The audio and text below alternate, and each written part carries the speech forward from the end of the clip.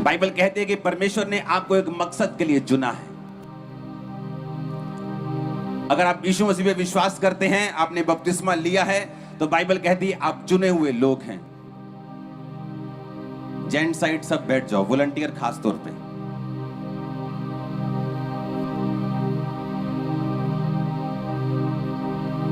Gents बैठ जाओ, कोई मूवमेंट नहीं चाहिए अगले 10, 15 मिनट, 20 मिनट। हालेलुया। अगर परमेश्वर ने आपको बुलाया है, बाइबल कहती है आप चुने हुए लोग हैं, आप राजपदधारी हैं, आप याजकों का समाज हैं। आप जहां यहां लाखों बैठे हैं, लेकिन बाइबल कहती है अगर आपने यीशु मसीह पे विश्वास कर लिया है, आपने बपतिस्मा ले लिया है, तो आप चुने हुए लोग हैं। पहले क्या बोलते थे कि हाँ, जो पास्टर्स लोग हैं ये चुने हुए लोग हैं, जो लोग सेवा करते हैं ये लोग चुने हुए हैं, और ये हम लोग बुलाए हुए हैं, लेकिन ये खास लोग हैं जो चुने हुए लोग हैं। और इन्हीं से परमेश्वर काम करता है और इन्हीं के जरिए परमेश्वर बात करता है। लेकिन नया नियम ऐसा नहीं कहता।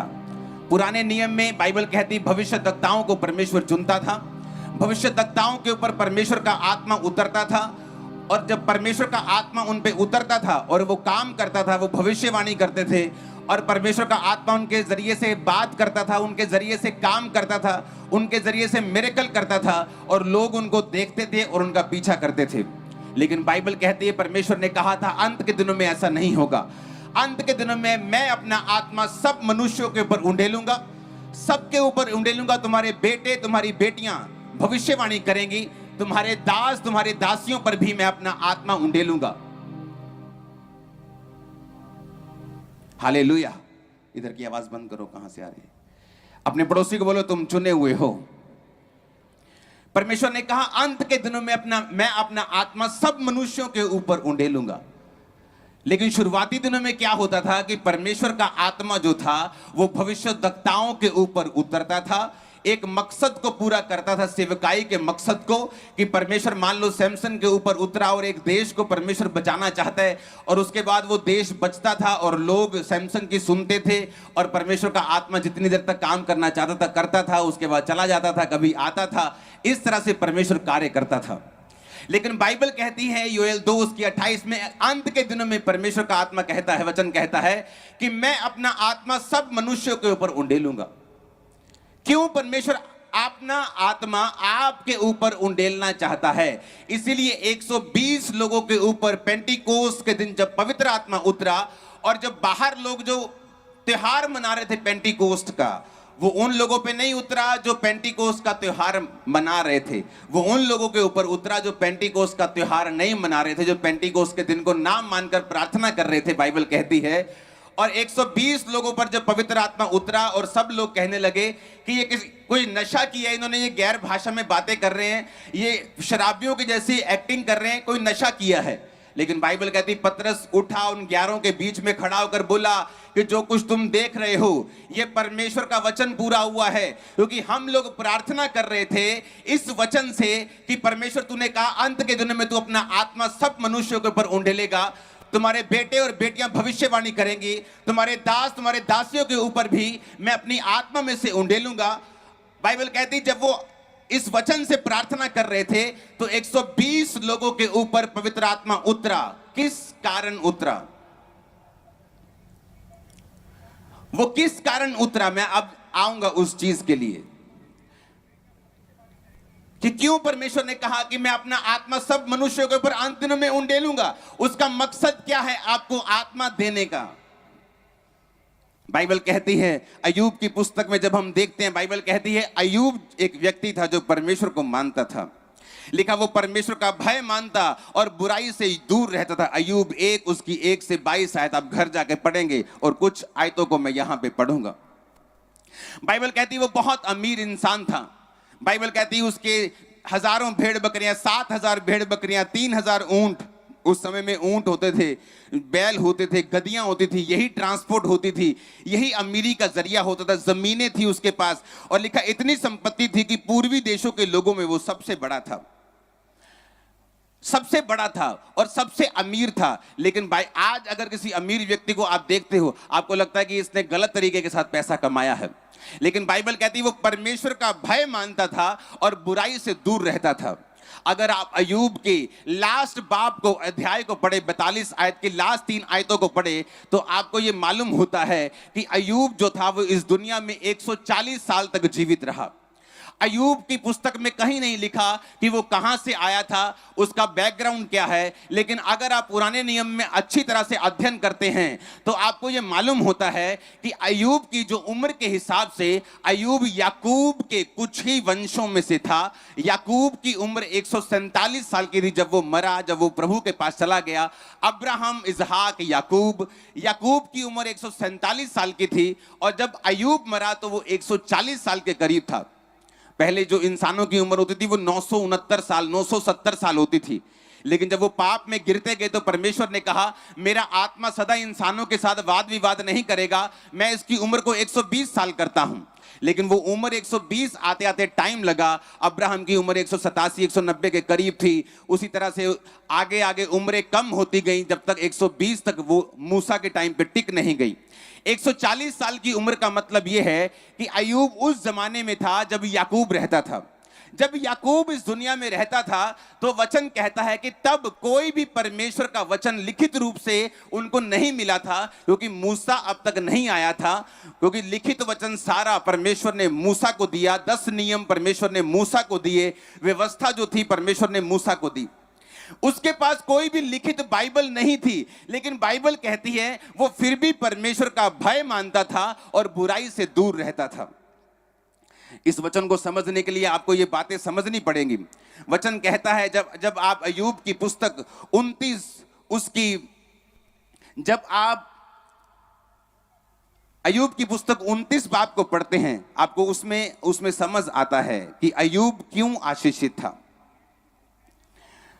अयूब 29 उसकी 11 से 16 में लिखा, अयूब कहता है कि जब कोई मेरा समाचार सुनता मुझे धन्य कहता था, जब कोई मुझे देखता तो मेरे विषय में गवाही देता था।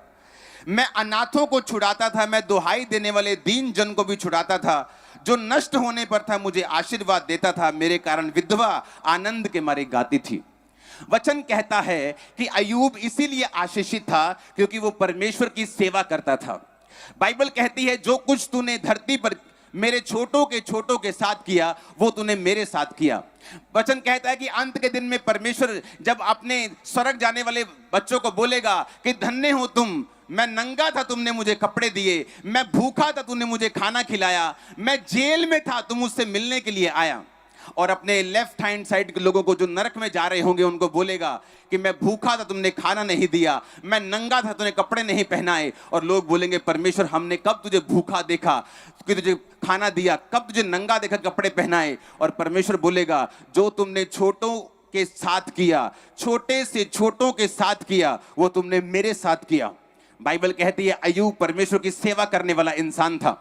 वचन कहता है कि अयूब परमेश्वर की भक्ति करने वाला, बुराई से दूर रहने वाला, प्रभु का डर मानने वाला और सेवकाई करने वाला इंसान था। इसीलिए परमेश्वर की बरकत उस पर थी। और जब स्वर्गदूत इकट्ठा हुए और शैतान भी उनके बीच में आया और परमेश्वर ने कहा ए दुष्ट कहां से आता है, उसने कहा धरती पर डोलते डालते घूमते घामते आया हूं। यहोवा पिता ने, परमेश्वर ने कहा क्या तूने मेरे दास अयूब को देखा, उसके जैसा मेरा डर मानने वाला, भय मानने वाला और कोई भी नहीं। शैतान परमेश्वर से बहसने लगा कि क्या तूने उसके घर के आसपास उसकी चीजों के पास बाड़ा नहीं बांधा हुआ, क्या तूने उसे बरकत नहीं दी है, अपना हाथ उस पर से उठा ले और फिर देख उसका सब कुछ छीन कर कि वो तेरे मुंह पर तेरी निंदा करता है कि नहीं करता, क्योंकि वो तेरी सेवा बिना लाभ के नहीं करेगा। शैतान को मालूम था कि अयूब एक सेवक है। शैतान को मालूम था अयूब की जिंदगी की आशीष का राज, उसकी फाइनेंशियल बरकत का राज, उसकी प्रॉपर्टी का राज, उसकी फैमिली की ब्लेसिंग का राज, उसकी सेहत का राज जो था वो परमेश्वर की सेवा करना था। बाइबल कहती है कि वो अनाथों का छुड़ाने वाला और विधवा आनंद के मारे गाती थी जब उसे देखती थी।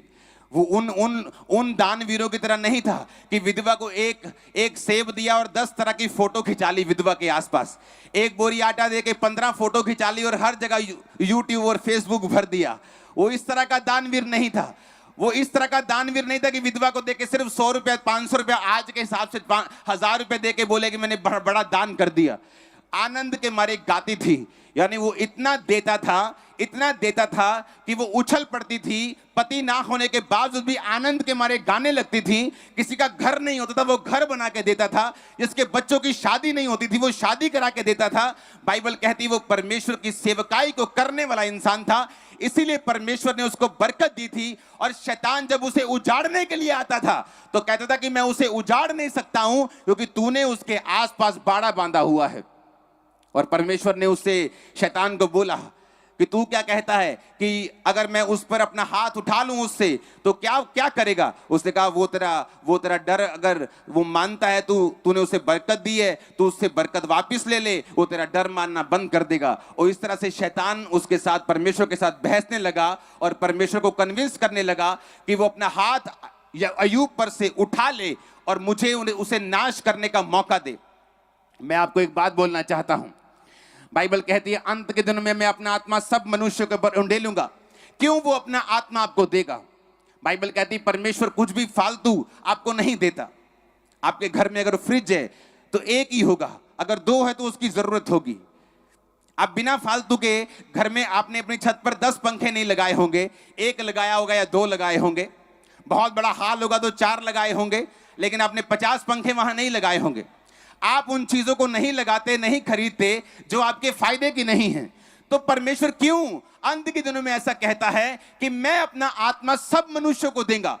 मैं दाऊद को देता था अपना आत्मा, सुलेमान पर उतरता था, सैमसन पे उतरता था, अलीशा पे अलीशा दोनों पे उतरता, अलीशा पे एलाइजा पे उतरता था, एलिया पे उतरता था हिंदी में। हाँ, उसका आत्मा सैमसन पे उतरता था, शैमूल पे उतरता था, किसी पे उतरता था। लेकिन वो क्यों ये कह रहा है कि अंत के दिनों में मैं अपना आत्मा सबको दूंगा। मैं 12 साल वाले को भी दूंगा, मैं 80 साल वाले को भी दूंगा, विश्वासी को भी दूंगा, प्रेरित को भी दूंगा, पास्टर को भी दूंगा, वॉलंटियर को भी दूंगा, एक 6 महीने के विश्वासी को भी दूंगा। वो क्यों आपको अपना आत्मा देना चाहता है? वो क्यों आपको ब्लेस करना चाहता है अपनी आत्मा के साथ? वो आज भी ऐसा क्यों नहीं करता कि मुझ पे पवित्र आत्मा उतरे, मैं आपके लंगड़ों को चंगा करूं, आपके अंधों को आंखें दूं यीशु के नाम में और आप मेरे पीछे चलें? लेकिन बाइबल कहती है अब नए नियम में ऐसा नहीं है। नए नियम में उसने कलीसिया में प्रेरित ठहराए हैं, सबसे पहले भविष्यद्वक्ता ठहराए हैं, इवेंजलिस्ट ठहराए हैं, पास्टर्स ठहराए हैं, टीचर ठहराए हैं। लेकिन उसने एक और काम किया है, वो ये चाहता है कि आप सब लोग पवित्र आत्मा से भरें। लेकिन क्यों? वो क्यों आपको अपना आत्मा देना चाहता है? अब ध्यान से मेरी बातों को समझना। बाइबल कहती है पुराने नियम में परमेश्वर ने याजकों को बोला कि जितने मेरे याजक हैं, याजक यानी सेवा करने वाले लोग, कुछ तंबू को उठाते थे, तंबू उठा के आगे आगे चलते थे, और कुछ लोग बाइबल कहती है अंदर जाके दीप जलाते थे, कुछ लोग अंदर की सफाई करते थे। अलग अलग तरह की सेवा थी। याजक लोग पाप बलियां, मेल बलियां चढ़ाते थे। महायाजक लोग साल में एक बार लहू लेकर परम पवित्र स्थान में तंबू के अंदर जाते थे। तो बाइबल कहती परमेश्वर ने कहा था मेरे याजक लोग जो होंगे मैं उन्हें बेस्ट आशीष दूंगा, मैं उन्हें उत्तम से उत्तम तेल दूंगा। यानी अगर 10 तरह का तेल है तो इस पंजाब में मैं बोलूं कि 10 तरह का अच्छे से अच्छा सरसों का तेल लेके आओ। तो परमेश्वर ने कहा जो बेस्ट 10 होंगे और 10 में से जो बेस्ट होगा मैं अपने याजक को दूंगा। मैं उसे उत्तम तेल दूंगा, उत्तम पानी दूंगा, उत्तम खाना दूंगा, उत्तम परिवार दूंगा, उत्तम आशीष दूंगा। मैं इसके परिवार पर, मैं इसके फाइनेंस पर, मैं हर तरफ इसको आशीष दूंगा। परमेश्वर ने याजकों के साथ यह वायदा किया था। अब बाइबल कहती है प्रभु यीशु मसीह क्रूस पर चढ़ाए गए और वो मारे गए और वो जी उठे। जब बाइबल कहती है वो जी उठे और जब मरियम उनको छूने के लिए जा रही थी तो परमेश्वर ने कहा मरियम अभी मत मुझे छू, क्योंकि मैं पिता के पास अभी नहीं गया हूं।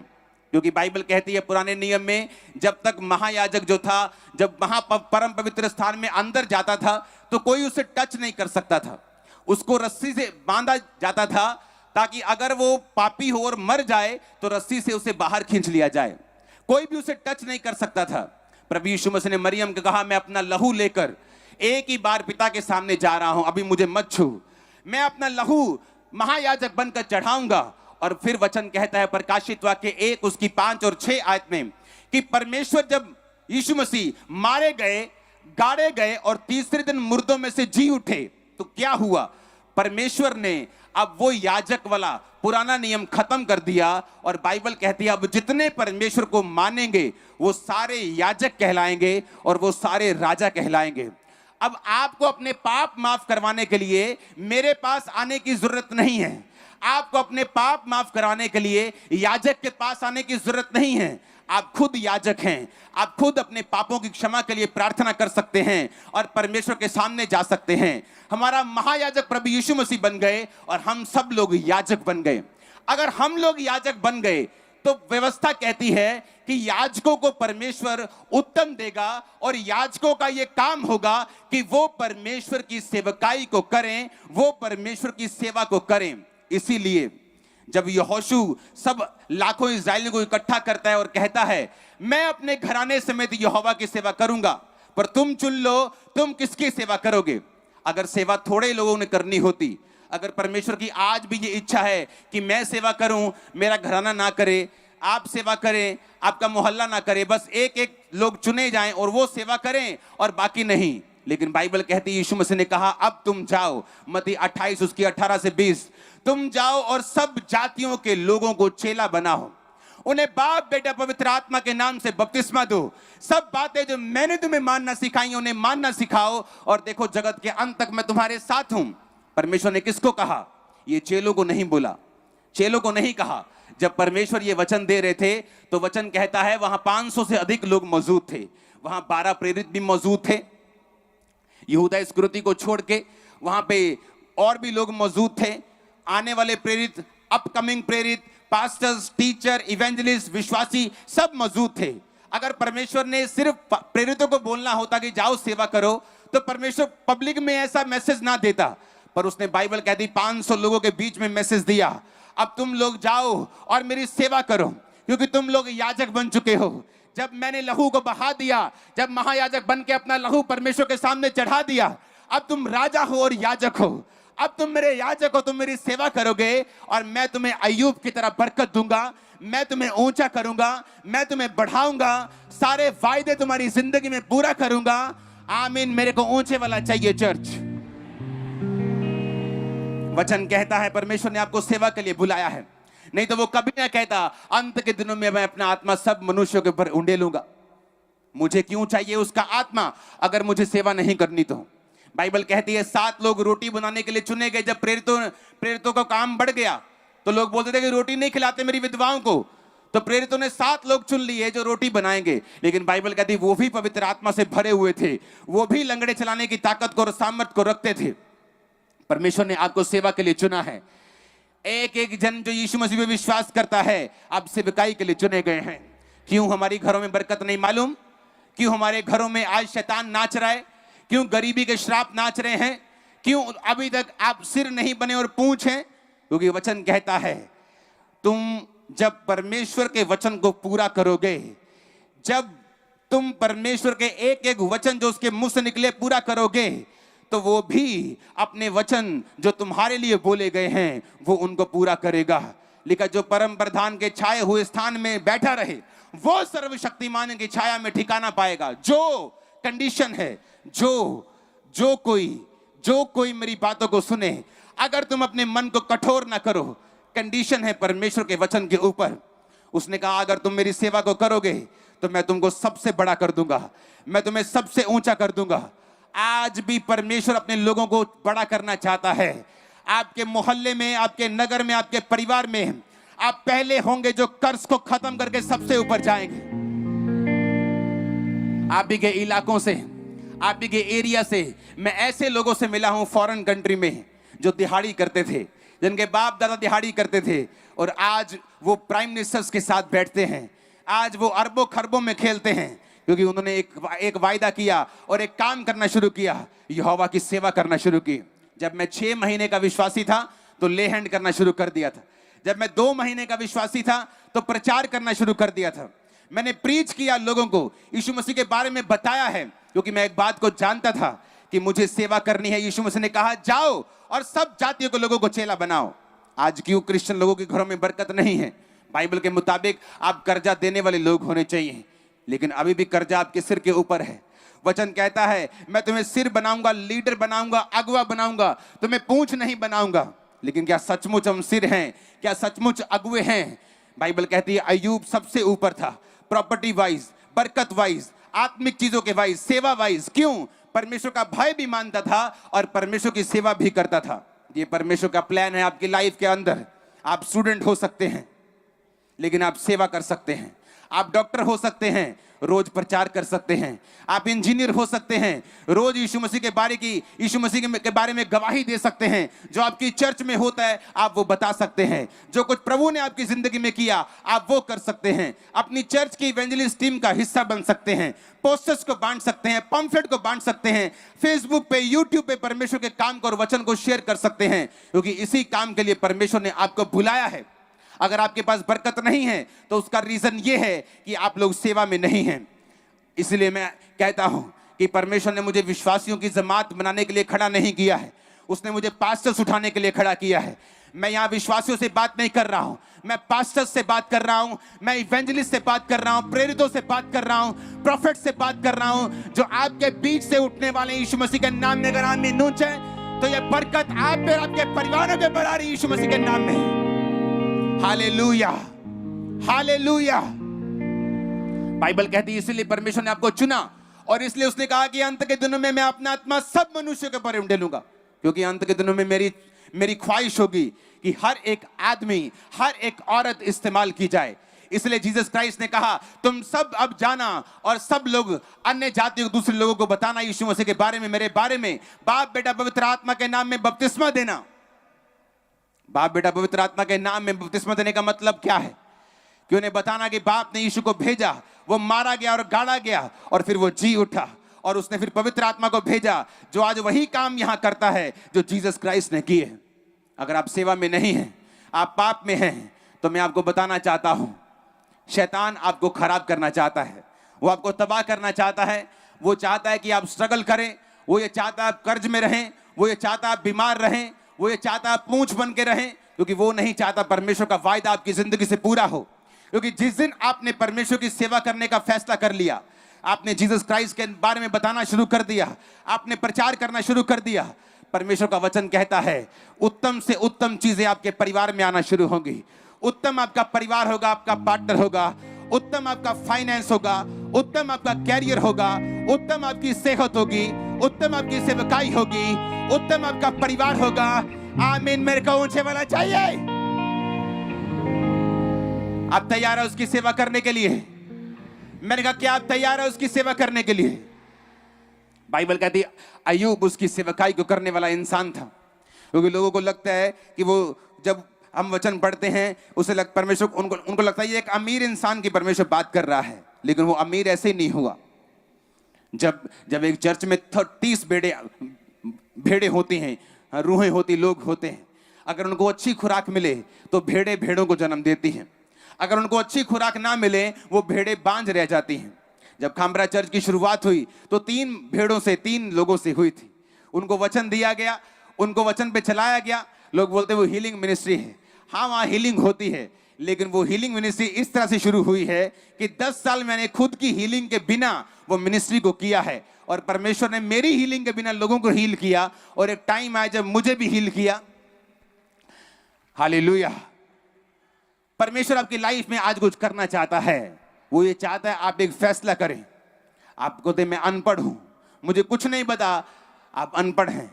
आप टीवी के बारे में बात कर सकते हैं, आप सीरियल के बारे में बात कर सकते हैं, आप अपने पड़ोसी की चुगली कर सकते हैं, आप अपने रिश्तेदारों के विषय में बात कर सकते हैं। तो आपको जीसस क्राइस्ट के बारे में, यीशु मसीह के बारे में बात करने में फिर क्या प्रॉब्लम?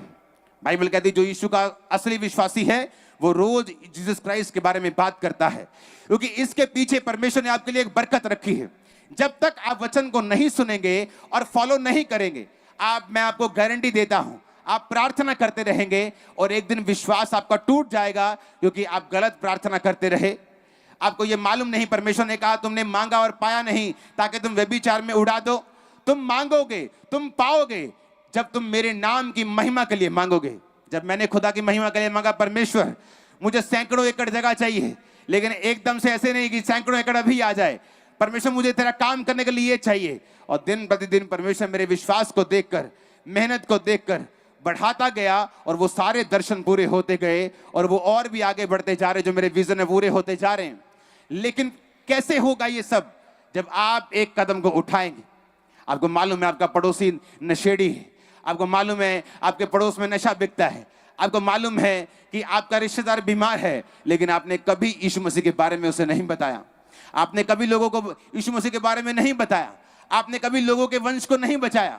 लेकिन जब अपने वंश पे दिक्कत आती है और हम परमेश्वर के सामने जाते हैं कि परमेश्वर मेरा वंश बचा, तो बाइबल कहती है जो तूने बोया वो तूने काटा। तुमने कभी दूसरों का वंश बचाया नहीं, दूसरों को वचन दिया नहीं, दूसरे के लिए तुम कभी आशीष का कारण बने नहीं, तुमने कभी मेरे सेवा की नहीं, तो जो तुम तुमने बोया वो तुम आज काट रहे हो। Hallelujah, hallelujah. बाइबल कहती है परमेश्वर का नबी एक दास के पास जाके बोलता है कि तेरी उम्र खत्म हो गई, 15 साल तेरी उम्र खत्म हो गई, अब तू मरने वाला है। वो दास खुदा की तरफ मुंह करके बोलता है परमेश्वर मैं तेरे साथ वफादारी के साथ चला हूं, मैंने ये किया। खुदा कहता है मैं तेरी उम्र को 15 साल और बढ़ाता हूं। लोग इस तरह से बोलते हैं। परमेश्वर ने कहा मैं तेरी प्रार्थना देखे, सुने, तेरे आंसू देखे, लेकिन परमेश्वर आंसुओं से काम नहीं करता। अगर आप मेरी बात को ध्यान से सुने तो वो आंसुओं के साथ काम नहीं करता। मेरा परमेश्वर इमोशनल नहीं है। जब उसने प्रार्थना की, उसने अपने रिकॉर्ड को बताया कि परमेश्वर मेरा रिकॉर्ड चेक कर, मैं तेरे नाम की सेवा करता आया हूं। मेरा रिकॉर्ड चेक कर, मैंने तेरे नाम की सेवा की है, मैं तेरे साथ खराई के साथ चलता आया हूं, मैं भय मानकर चलता आया हूं। और बाइबल कहती परमेश्वर ने उस विश्वास की प्रार्थना को सुना, उसके रिकॉर्ड को चेक किया। आज जब इमरजेंसी पड़ती है, जब डॉक्टर बोलता है कैंसर हो गया तुझको, जब डॉक्टर बोलता है कि तेरे लाइफ में ये बीमारी हो गई, जब कर्जा बड़ा अटैक करता है, जब कोविड आ गया, फाइनेंस कईयों के उड़ गए, तब क्या करना है? क्या आपका रिकॉर्ड अच्छा है कि आप खुदा के पास जाकर मर्सी मांग सकें, आप खुदा के पास जाकर दया मांग सकें कि परमेश्वर मेरा पुराना रिकॉर्ड देख और मुझ पे दया कर। लेकिन बाइबल कहती है अय्यूब के ऊपर एक परीक्षा आ गई, जो कुछ उसके पास था सारा कुछ छीन लिया गया। उसकी औरत आकर उससे बोलती है कि तेरे बच्चे मर गए, सब कुछ छीन लिया गया। अय्यूब 2 उसकी 9 आयत में लिखा, उसकी स्त्री उसकी पत्नी कहने लगी क्या तू अभी भी अपनी खराई पर बना है? परमेश्वर की निंदा कर मरता है तो मर जा। उसने कहा तू एक मूर्ख स्त्री की जैसी बातें करती है। क्या परमेश्वर के हाथ से जो हम सुख लेते हैं दुख ना ले? इन बातों से अय्यूब ने अपने मुंह से कोई भी पाप नहीं किया। आज किन लोगों के पास बरकत है? कौन लोग ऐसे हैं जो सदा छाए रहते हैं? वो लोग जो सेवा कर रहे हैं, और वो लोग जो सेवा करने के बाद अगर परीक्षा आए तो सेवा से हटते नहीं।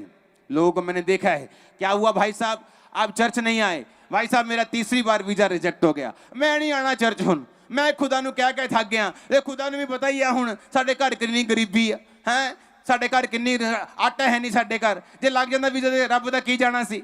लेकिन बाइबल कहती है अय्यूब का सारा कुछ चला गया। अय्यूब ने एक भी बार अपने मुंह से परमेश्वर की निंदा नहीं की। उसके बच्चे मर गए, सब कुछ खत्म हो गया, उसने कहा प्रभु ने दिया, प्रभु ने लिया, उसी का नाम धन्य है। वो परमेश्वर को गालियां नहीं निकाली, उसने परमेश्वर से सवाल जवाब नहीं किया, क्यों नहीं किया, तू तर्क नहीं किया। वो परमेश्वर की रजा में रहकर वो परमेश्वर से प्रार्थना करता रहा। उसकी औरत बोलने लग गई अब परमेश्वर की निंदा कर, प्रभु को गालियां निकाल। उसने कहा जिस परमेश्वर के हाथ से सुख लेते हैं क्या दुख ना ले? हालेलुया। परमेश्वर ने चंगा नहीं किया, चर्च जाना छोड़ दिया। परमेश्वर ने वीजा नहीं दिया, चर्च जाना छोड़ दिया। कोई घर में कुछ एक्सीडेंट हो गया, परमेश्वर से दूर हो गए। चर्च गए कितनी देर हो गई? हाँ जाते हैं, क्रिसमस वाले दिन जाते हैं और ईस्टर वाले दिन जाते हैं। हालेलुया। ऐसा काम करने के लिए तो परमेश्वर ने आपको नहीं बुलाया। अय्यूब इसीलिए ब्लेस्ड था क्योंकि वो सेवा करता था। इसीलिए बाद में भी उसकी लाइफ में फिर ब्लेसिंग आई, जब वो अपनी परीक्षा में खड़ा रहा, जब वो अड़ा रहा। जब परमेश्वर ने मुझे सेवा करने के लिए बोला तो मैं बहुत निराश रहता था, क्रूसेड करवाता था कि परमेश्वर मुझे हील करे, और फिर भी चंगाई मेरी लाइफ में नहीं होती थी। लोग चंगे हो जाते थे तो मैं प्रभु से निराश रहता था। प्रभु को बोलता था परमेश्वर इस बार तूने चंगा ना किया तो मैं सुसाइड कर लूंगा। तो परमेश्वर ने मुझे चंगा तब तक नहीं किया जब तक मैंने अपने शब्दों को चेंज नहीं किया, जब तक मैं दीन मन होकर उसके सामने नहीं गया। और परमेश्वर की आत्मा ने मुझे बोला जिस नल से पानी निकलता है वो नल कभी भी सूखा नहीं रहता। अगर तू सेवा करेगा, अगर आशीष तेरे अंदर से निकलेगी, चंगाई तेरे अंदर से निकलेगी, तो तू भी चंगाई से रहित नहीं रहेगा, तू भी आशीष के बिना नहीं रहेगा। वो टाइम था, सेवा को करना शुरू किया, आज तक मुंह पीछे नहीं किया, आज तक पीछे नहीं देखा और ना ही कभी देखूंगा। और परमेश्वर ने बरकत को दिया, आशीष को दिया, चंगाई को दिया, हर वो चीज थी जो मैंने मांगी। Hallelujah, hallelujah. और वही वो आपको देना चाहता है अगर आप उसकी सेवा करने के लिए तैयार हैं। इसलिए तो वो कहता है कि मैं अपना आत्मा सब मनुष्य को दूंगा, क्योंकि वो सबको इस्तेमाल करना चाहता है। नहीं तो वो क्यों देगा आपको अपना आत्मा? क्यों आपके बेटे और बेटे को भविष्यवाणी करने की ताकत देगा? क्यों आपके दास दासी पर भी अपना आत्मा उंडेलेगा? क्यों उसने 120 लोगों के ऊपर पवित्र आत्मा उतारा? क्यों सिर्फ प्रेरितों के ऊपर नहीं उतारा? 120 में विश्वासी भी थे, इवेंजलिस्ट भी थे, सब पर पवित्र आत्मा क्यों उतारा? क्योंकि परमेश्वर ये चाहता है कि अंत के दिनों में जब परमेश्वर ने कहा मजदूर थोड़े हैं और फसलें पक चुकी हैं, कि आप जीसस क्राइस्ट के बारे में बता सकें। आपको मालूम है यीशु मसीह धर्म जात को बदलने नहीं आए, वो एक नया धर्म बनाने के लिए नहीं आए, वो जीवन बदलने के लिए आए, वो नशों से आजाद करने के लिए आए, बीमारियों से आजाद करने के लिए आए, कैंसर से छुड़ाने के लिए आए। अब वो क्या करना है? आपको जीसस क्राइस्ट के बारे में प्रीच करना है। तो अपनी दुकान पे प्रचार करो, अपनी जॉब के ऊपर प्रचार करो। लेकिन प्रॉब्लम ये है, दुकानों पे अगर लड़कियों की बातें 24 घंटे करेंगे तो प्रचार किस रीति से करेंगे? जहां जॉब करते हैं वहीं पे चक्कर हो गया, वहीं कोई ना कोई फंसा लिया है, तो प्रचार कैसे करेंगे? जहां काम करते थे वहीं चोरी कर रहे हैं, तो प्रचार कैसे करेंगे? जिस घर ड्राइवर लगे थे वहीं तेल की चोरी कर रहे हैं, तो उस बॉस को प्रचार किस मुंह से करेंगे? आत्मा बोलेगा ही नहीं, क्योंकि जीवन पाप में जा चुका। और यही शैतान का मकसद था। उसका मकसद आपको पाप में गिराने का यह था कि आप लोग हियाव के साथ परमेश्वर की सेवा ना कर सकें। और शैतान को मालूम है जब एक विश्वासी परमेश्वर की सेवा में नहीं है तो उसको उत्तम कभी नहीं मिलेगा।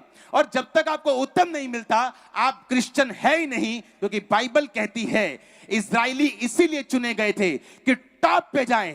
मैं आपकी लाइफ पे घोषित करता हूं, अगर सेवा करने का ठान लिया, आप टॉप पे होंगे। अजनाला में टॉप पे होंगे, अमृतसर टॉप पे होंगे, पंजाब में टॉप पे होंगे, इंडिया में टॉप पे होंगे। इन जीसस नेम आमीन। ऊंचे वाला चाहिए चर्च। हालेलुया। अब पड़ोसी को सेवा करे कैसे? पड़ोसी को बताए कैसे परमेश्वर के बारे में? उसके साथ तुम रोज चुगलियां करने बैठ जाते हैं। उसके साथ तो इतनी चुगलियां करते हैं कि अपने पड़ोसी, अपने आस पड़ोस की सबकी चुगलियां उसके साथ हम कर लेते हैं। अब सेवा के लिए मुंह खुले कैसे? अब आत्मा बात करे कैसे? अब आत्मा पास्टर की लाइफ में काम करे कैसे? जब 4 पास्टर्स इकट्ठा होते हैं तो दूसरे की, 5वें की बुराई करते हैं। और जब पुलपिट पे जाते हैं तो पवित्र आत्मा उतरता नहीं, लोग चंगे नहीं होते और काम नहीं परमेश्वर करता और चर्चे बढ़ती नहीं। क्योंकि आपको अगर सेवा करनी है तो आपको अलग रहना होगा। बाइबल कहती है परमेश्वर के दास पौलुस ने कहा, मैं पौलुस प्रेरित जो खुदा ने अपनी सेवकाई के लिए अलग किया है। अलग करने का मतलब यूनानी भाषा में, ग्रीक भाषा में है कि आपको एक ग्राउंड में, एक संसार से उठा के, मैं मान लो अमृतसर से उठा के इस ग्राउंड में रख दूं। अब आप ये ग्राउंड तो पूरी घूम सकते हैं, मैं आपको बाउंड्री देता हूं कि ये वाला ग्राउंड जहां लाखों लोग बैठे हैं आप यहां घूम सकते हैं, लेकिन इस ग्राउंड के बाहर नहीं जा सकते। ये आपकी बाउंड्री है।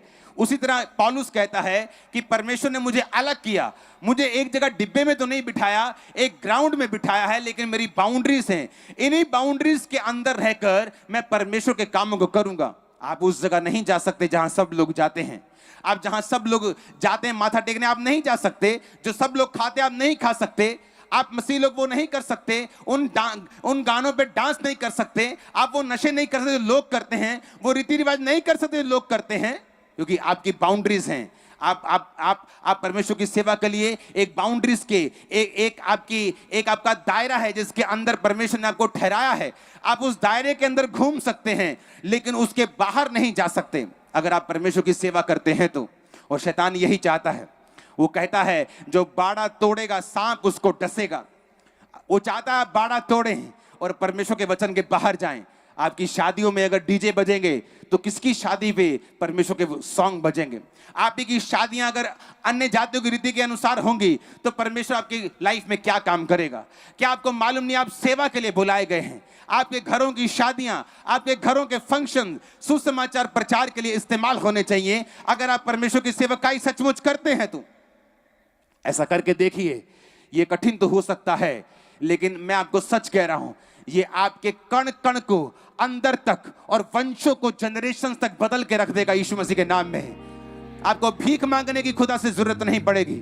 एक राजे का बच्चा कभी भी राजा के पास सुबह जाके भीख नहीं मांगता कि पापा मुझे ब्रेकफास्ट चाहिए।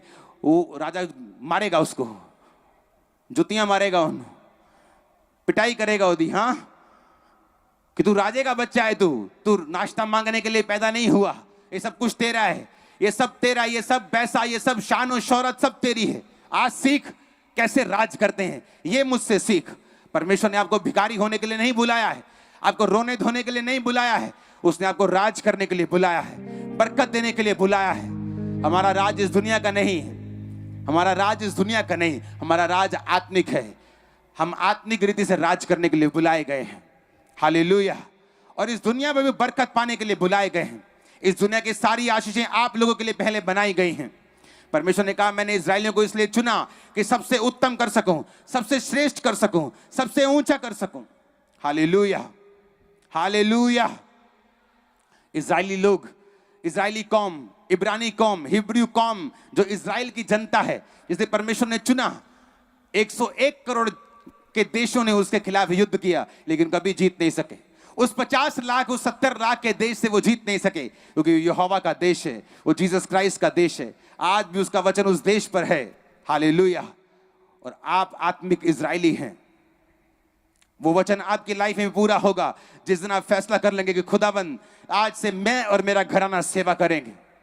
आप जिस भी चर्च के मेंबर हैं, आप जहां भी जाते हैं, आप ऐसा नहीं बोलते मैं किसी चर्च का मेंबर नहीं हूं, मैं घर बैठ के वर्शिप करता हूं। बाइबल कहती है हमें किसी ना किसी कलीसिया के मेंबर होना है। वचन कहता है, पौलुस कहता है कि हमें इकट्ठे होना छोड़ना नहीं है। कलीसियाओं की रीति के अनुसार हमें कलीसिया में जाना है, उन सारे वचनों को पूरा करना है जो परमेश्वर ने कहे हैं। हमें सेवा करनी है, क्योंकि शैतान चाहता है आपको पाप में गिराए और आपकी सेवा खत्म हो जाए। जब आप पाप में गिर गए, आपकी सेवा खत्म हो गई, आप बाड़े के बाहर चले गए, फिर सांप वहां डसेगा। जीसस क्राइस्ट के पास एक दुष्ट आत्मा वाले व्यक्ति को लेके आए, वो खुद ही आ गया। इतनी दुष्ट आत्मा थी उसमें, वो पागल था, पत्थरों से अपने आप को घायल करता था, कपड़े डाल दे कपड़े फाड़ देता था, कब्रों में रहता, चिल्लाता था, नंगा रहता था। जब जीसस क्राइस्ट उसके पास आए तो वो पैरों पांव में गिरा और बोला, हे परम प्रधान ईश्वर के पुत्र, तेरा मुझसे क्या काम। उसे मालूम था कि ये परमेश्वर यीशु मसीह है। यीशु मसीह ने उस दुष्ट आत्मा को निकलने की आज्ञा दी। उसने कहा तुम कितने हो? उसने कहा हम सेना हैं। जीसस ने कहा तुम्हारा नाम क्या है? उसने कहा सेना। सेना मतलब 5 से 12 हजार की सेना होती थी, रोमी सेना। तो जीसस क्राइस्ट ने कहा जा थागड़े में। उसने कहा मुझे वो सामने सूरों का झुंड चल रहा है, वहां भेज दो। यीशु मसीह ने कहा चली जा। और लिखा वो झुंड में जो हजारों का झुंड था, उन सूरों में दुष्ट आत्मा गई और वो झील में झुंड गया और सारे मर गए। चरवाहे आए सूरों के, जीसस क्राइस्ट को बोलने लगे हमारे एरिया से चला जा, तो और भी नुकसान करेगा हमारा। तो मैं आपको पूछना चाहता हूं कि वो दुष्ट आत्माएं वो ज्यादा थी, 5-7 हजार दुष्ट आत्माएं इकट्ठी थी, इकट्ठी पावर थी एक बंदे में, इतना पागल कर दिया था उसको। तो इसीलिए परमेश्वर ने उसके साथ बहस जीत नहीं पाया और परमेश्वर ने कहा ठीक है मैं तेरे साथ कॉम्प्रोमाइज करता हूं, ठीक है थागड़े में ना जा, इस झुंड में चला जा। क्या ऐसा था? नहीं। बाइबल कहती जो बाड़ा तोड़ेगा सांप उसको डसेगा, अगर वचन टूटेगा तो सांप वहां जाएगा। सूअर चराना पुराने नियम के मुताबिक पाप था, बाइबल के मुताबिक घृणित काम था। और शैतान ये कह रहा था कि वो देख तेरे वचन के खिलाफ एक काम हो रहा है, मैं वहां जाना चाहता हूं। और लीगली शैतान के पास राइट है, उसके पास अधिकार है कि जहां खुदा के वचन टूटेगा वहां वो काम कर सकता है। और इसीलिए वो उन सूरों में चला गया। आज जब वचन टूटता है तो लीगली शैतान आपकी लाइफ में काम करता है। आप परमेश्वर की दुहाई देते हैं, आप प्रभु से बोलते परमेश्वर ऐसा क्यों हो रहा है, वो होगा क्योंकि शैतान के पास अधिकार है काम करने का, अगर आप परमेश्वर के वचन को तोड़ते हैं। इसलिए वचन कहता है इसलिए मन फिराओ, इसलिए अपने अपने पापों से मन फिराकर लौट आओ, ताकि परमेश्वर के सम्मुख से विश्रांति शांति के दिन तुम्हारी जिंदगी में आ सके। जैसे ही आप मन फिराते हैं, आप नशों से, पाप से, गंदगी से आप मन फिराते हैं, परमेश्वर की ओर से शांति आपकी लाइफ में एंटर करती है। आज वही शांति का पैगाम मैं लेके आया हूं। मुझे मालूम है आप लोग सेवा करने के लिए तैयार हैं, मुझे मालूम है प्रचार करने के लिए तैयार हैं, मुझे मालूम है आप जीसस क्राइस्ट के बारे में रोज बात करेंगे, अपने रिश्तेदारों, अपने नगरों, मोहल्लों को बचाएंगे और आप टॉप पे होंगे। ये भविष्यवाणी याद रखना। 7 बार आमीन चाहिए ऊंची आवाज पे।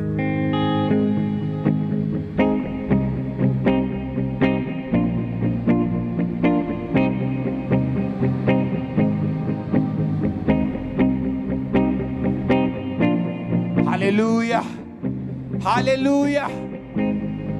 आप हालेलुया बोल रहे हैं, एंजल्स आपके बीच में है राइट नाउ। वो आपको टच कर रहे हैं, हील कर रहे हैं आपको। आप देखेंगे सेकंड्स में, मिनटों में। अब लंगड़े चलेंगे और अंधे देखेंगे, कोढ़ी शुद्ध होंगे और बहरे अपने कानों से सुनेंगे यीशु के नाम में। दुष्ट आत्माओं के जकड़े आजाद होंगे, कर्जे के जकड़े आजाद होंगे, नशे के जकड़े आजाद होंगे इन जीसस ने। आमीन ऊंचे वाला चाहिए चर्च।